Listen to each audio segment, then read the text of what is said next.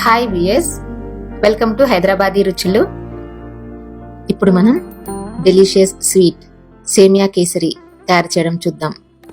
సేమియా కేసరి తయారు చేయడానికి కావలసిన ఇంగ్రీడియంట్స్ చూద్దాము. సేమియా 1 cup, sugar 3/4 cup, dry fruits మన ఇష్టమైన డ్రై ఫ్రూట్స్ తీసుకోవచ్చు. కిస్మిస్, కాజు తీసుకున్నాను. ఇలాచీ పౌడర్ 1/2 టీ స్పూన్, నెయ్యి 2 టేబుల్ స్పూన్స్.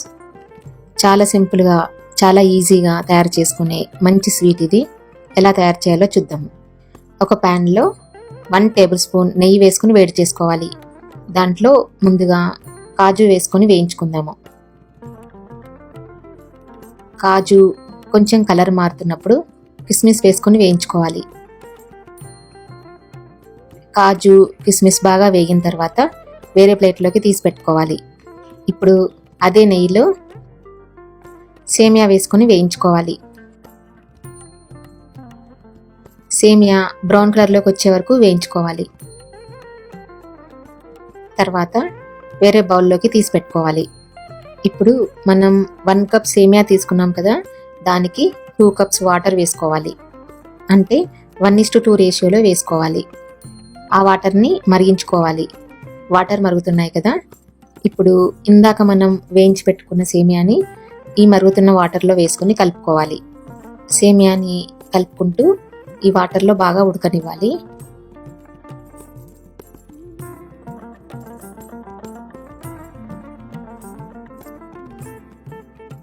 సేమియా బాగా ఉడికి దగ్గరకు వచ్చిన తర్వాతనే షుగర్ వేసుకోవాలి. ముందే షుగర్ వేసుకోకూడదు. ముందే షుగర్ వేసుకుంటే ఇంకా సేమియా ఉడకదు.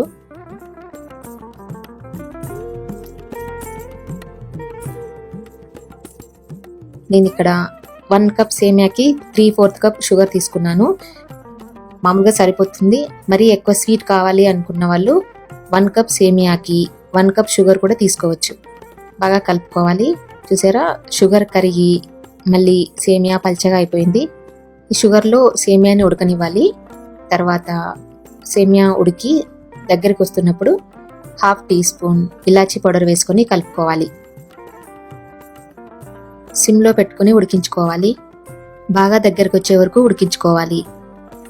కలుపుతుంటే గిన్నె నుంచి విడిపడుతుంది కదా, ఇలా స్పూన్తో నొక్కినప్పుడు కూడా అతుక్కున్నట్టుగా ఉంటుంది. ఇంకా సేమియా కేసరి ప్రిపేర్ అయిపోయినట్టే. ఇప్పుడు మిగిలిన నెయ్యిని కూడా వేసి కలుపుకుందాము. తర్వాత డ్రై ఫ్రూట్స్తో గార్నిష్ చేసుకుంటే టేస్టీగా సేమియా కేసరి రెడీ అయిపోయింది. మీరు కూడా టేస్ట్ చేసి చెప్తారు కదా.